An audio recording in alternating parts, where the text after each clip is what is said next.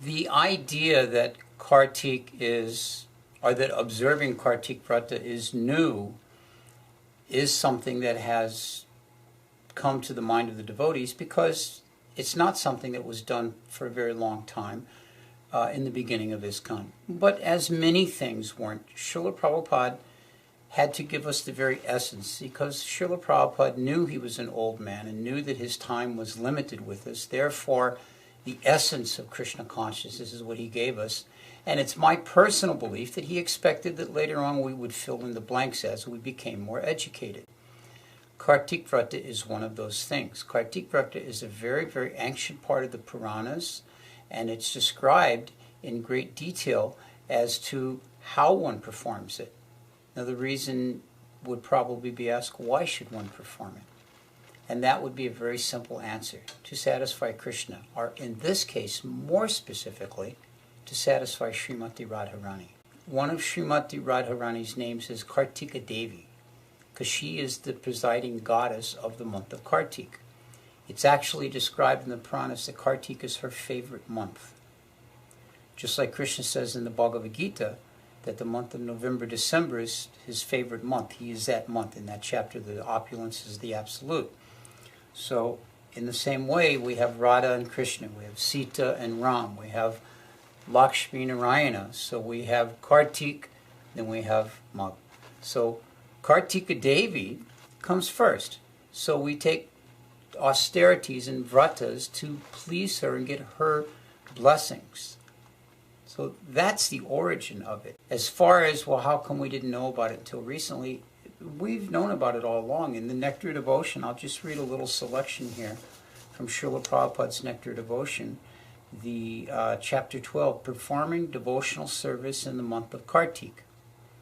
One of the most important functions is called Ujva Vrata. Ujva Vrata is observed in the month of Kartik, October to November. Especially in Vrindavan, there is a specific program for temple worship of the Lord in his Damodar farm. Of course, we all know the Damodar Leela. We chant this during Kartik. This, actually, another indication of how old this Damodar Vrata, this Damodar Leela Vrata of singing it every day, this was written by Satyavrata Muni thousands and thousands of years ago. So this is a very old practice. The execution of devotional service during Ujva Vrata is the month of Kartik, and is especially recommended. The system is still followed by many devotees. They will go to Mathura or Vrindavan traditionally and stay there during the month of Kartik to perform devotional services. In the Padma Purana, that's what I was saying, very ancient. In the Padma Purana, the Lord may offer liberation or material happiness to a devotee. But after some devotional service has been executed, particularly during the month of Kartik, the devotees want only to obtain pure devotional service unto the Lord. So Prabhupada gave indication, and there's a nice room conversation where he is asked, it's a conversation with a few devotees, and he's asked about, they mention, oh, this is the month of Kartik. And Prabhupada said, yes, the performing of austerities. And they said, well, how do we perform it? Prabhupada said, it's very simple. No eating, no sleeping. And then Prabhupada chuckles and says, can you do it? The devotees all laugh. This is the idea that, like Chaturmasya, this is the fourth month of Chaturmasya. Chaturmasya means that it's the rainy season, the sadhus don't travel, they stay in one place. Staying in one place generally means you become a little bit comfortable, so they perform austerities. This is the Chaturmasya. The last month of that is Kartik Vrata. So that means staying in one place, like Prabhupada said, going to the holy place, and then performing austerities. Now, for those of us in the West, what does it mean? It means doing something a little extra in our devotional service. Now, you have devotees that run the full range. There's actually vows given in the Padma Purana as to what one can do during Kartik. Sleeping on the ground, eating only once a day, eating only boiled foods, not cutting the hair, not clipping the nails, all these different things which are very similar to Chaturmasya. So the main thing, though, is to execute extra devotional service. So practically what that means for us is it may not mean sleeping on the floor or eating once a day or, not shaving or whatever. It may mean chanting extra rounds. It may mean reading an extra hour a day. It may mean going to Mangal Arti every day. During the month of Kartik, you'd be amazed at the devotees you see at Mangal Arti at Radhasham Sundar Mandir that you don't see the rest of the year. But they're there for Kartik every single day for Mangal Arti. Offering the lamps, singing kirtan, worshipping Tulsi Devi, reading the Srimad Bhagavatam. These are all things that are recommended during the Kartik month. So the main idea is to increase one's devotional service. Two of the things I like to always mention is that it recommends singing and playing instruments in the temple and having extra kirtan with the family. These are two specific things it mentions. There are an assortment of vratas one can observe. Going to Mangal Arti is an easy one. Many devotees go to Mangal Arti anyway, but for those of us that are in the working force, and like in my case, I start work at 7 o'clock, so to go to Mangal Arti is a big austerity. So something like that. To be sure to offer candles every day. Sometimes during Kartik, devotees occasionally get there. To make that effort to go every day and offer the candles. To minimize the type of pleasurable foods that one eats. A lot of devotees, so they give up sweets for Kartik, in the West, it's not such a foreign idea. It's very similar to the Christian concept of Lent, particularly in the Catholic faith. I grew up Presbyterian, and we didn't have so much of an idea of doing anything like that. But the Catholics, it's a common practice, Lent. It starts, I think, it either starts with Ash Wednesday or finishes with Ash Wednesday. I wasn't a Catholic, so I don't know. I think it starts with Ash Wednesday. Which is also interesting, because you generally start a vrata with a fire ceremony, with an agnihotra, taking a vow and performing and then you take the ashes on the forehead, then you execute your vrata. So kind of interesting like that. There's a variety of things according to one's inclination and according to one's nature and one's ability.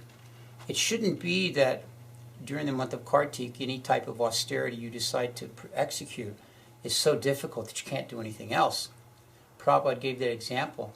Many years ago, when Prabhupada was still with us, there was a devotee in Mayapur doing some very severe fasting and this and that, and he couldn't do anything. And they said to Prabhupada, you can't do anything. He said, it's useless then. So if your execution of your particular austerity restricts your ability to continue your regular service, then you need to adjust it. So if you, during the month of Kartik, work outside, have a job, have to be accountable, blah, blah, blah, so maybe sleeping on the ground and eating with your hands behind your back, one bite of food a day isn't your thing, Maybe going to Mangal Arti and chanting extra rounds is, so you have to be practical like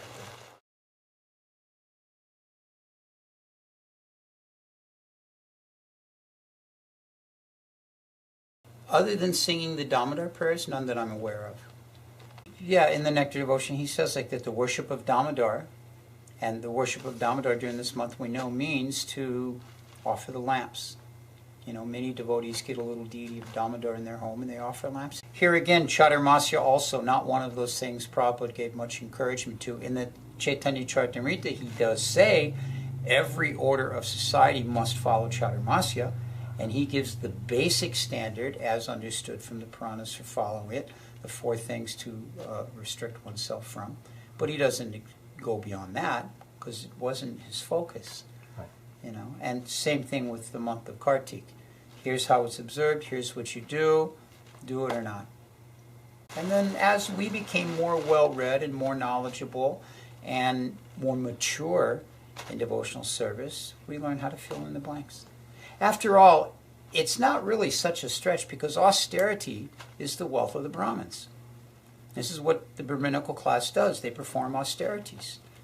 The Vaishyas, the Sudras, they live in luxury according to their means, but Vishayi, sense gratification. And those of us that are householders, usually most of our year is made up of sense gratification of some sort or another, however purified or not. So Kartik is the time of year for those Brahminical tendencies one may have or one has to force themselves to have to manifest, to come out, so that they can perform those austerities that qualify them as a member of the Brahminical class. And it's sweet. What tastes like nectar in the beginning is poison in the end, but what tastes like poison in the beginning is nectar in the end. You do austerity the first few days, but then by the time it's done, oh God, this is ecstatic. So, it's like that. You start chanting Hare Krishna, oh, I don't want to chant. Then before you know it, you're chanting 64 rounds a day.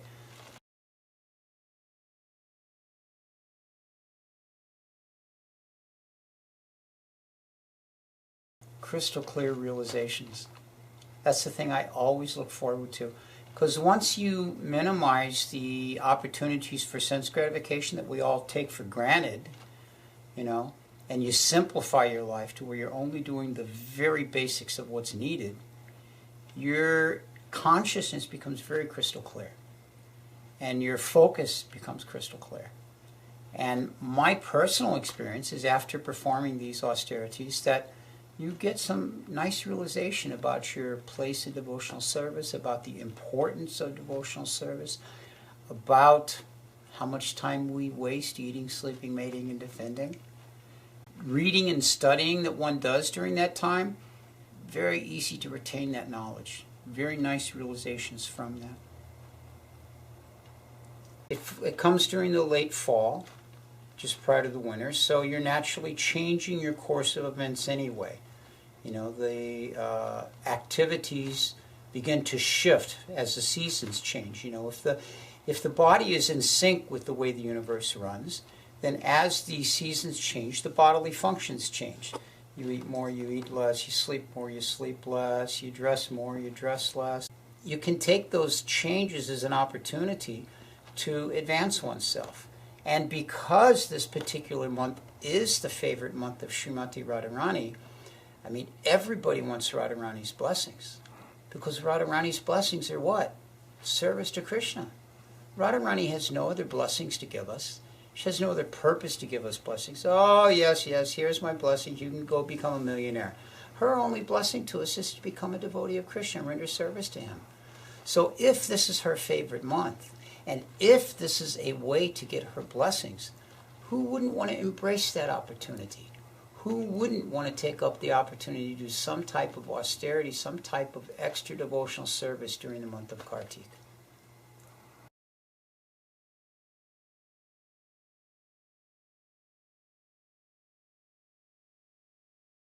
The external principles of Chaturmasya, the external principles of Kartik Vrata, the external principles of devotional service can fall into the Karmakanda practice of the Vedas. Karmakanda practice means you have to do this, and this, and you get this, and for instance, during the period of Chaturmasya, if you don't use any oil on your body, you get very beautiful skin. If you don't put any oil on your feet, you get very beautiful feet. If you don't use any salt, you get a beautiful voice. So these are all mundane attributes. And this is part of Karmakanda. Oh, I want a good voice, I want to be an excellent singer, therefore I'll do this austerity. So if one goes about it in that way, then one has to be very careful how they execute it, when they execute it, what they do while they're executing. But, and therefore, as you mentioned in the Kartik Mahatmya, it mentions that if you do this, then you get this, but if you don't do that, then...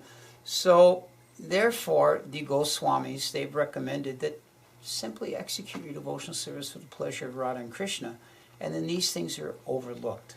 Yes, there are a lot of benefits materially and detriments materially that one can be impacted by when observing Kartik, if their consciousness is for something other than pure devotional service.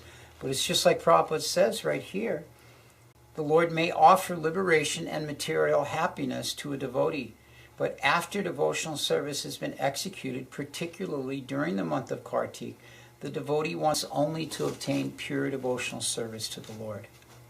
So this should be our real desire, our real motivation, our real interest in performing extra austerities and doing extra service and whatever it is, vows that we take for Kartik, to boil the milk of our devotional service, to purify ourselves. There's a very nice prayer that one can offer.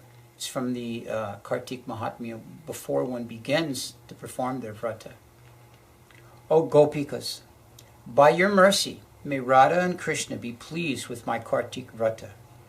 O Janardana, O Damodar, you who are accompanied by Radhika, during the month of Kartik, I will bathe every morning for your satisfaction, and hope to complete these vratas.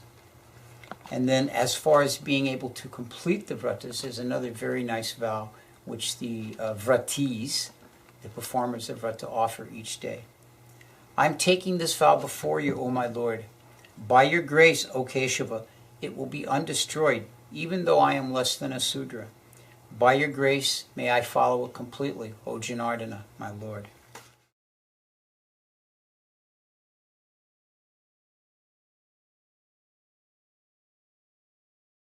They're very supportive because they know it's a part of my devotional service. They know it's something I do every year, and they know that it's going to happen one way or the other. My wife, sometimes more, sometimes less humorously, jokes that I become a little grouchy during Kartik. No, they're very encouraging. They just, my kids just accept the fact this is what Dad does, you know. And my wife is encouraging. You know, the changing of eating or shaving or whatever, she can take it or leave it. But the fact of doing extra devotional service, taking up some extra chanting or reading or temple attendance or whatever, she's always very encouraging like that. She herself takes part in some kind of a vow, depending on what it is that particular month.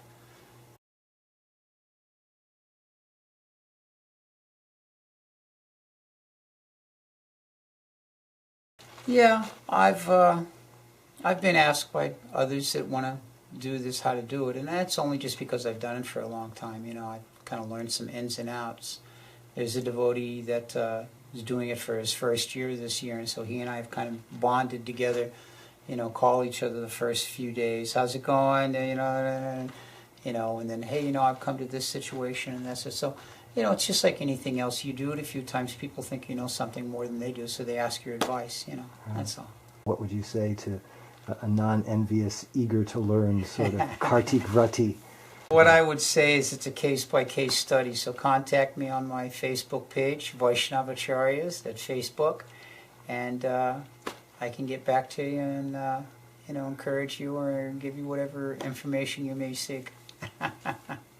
Incidentally, I take that opportunity. Vaishnavacharyas, my Facebook page, has all the lectures that I've done for Krishna.com on the lives of our Vaishnavacharyas. So not all of them, but about half of them. You know, there are some very wonderful devotees working on compiling the rest of them into a presentable format. So those of you watching this get that opportunity, you might want to check that out also.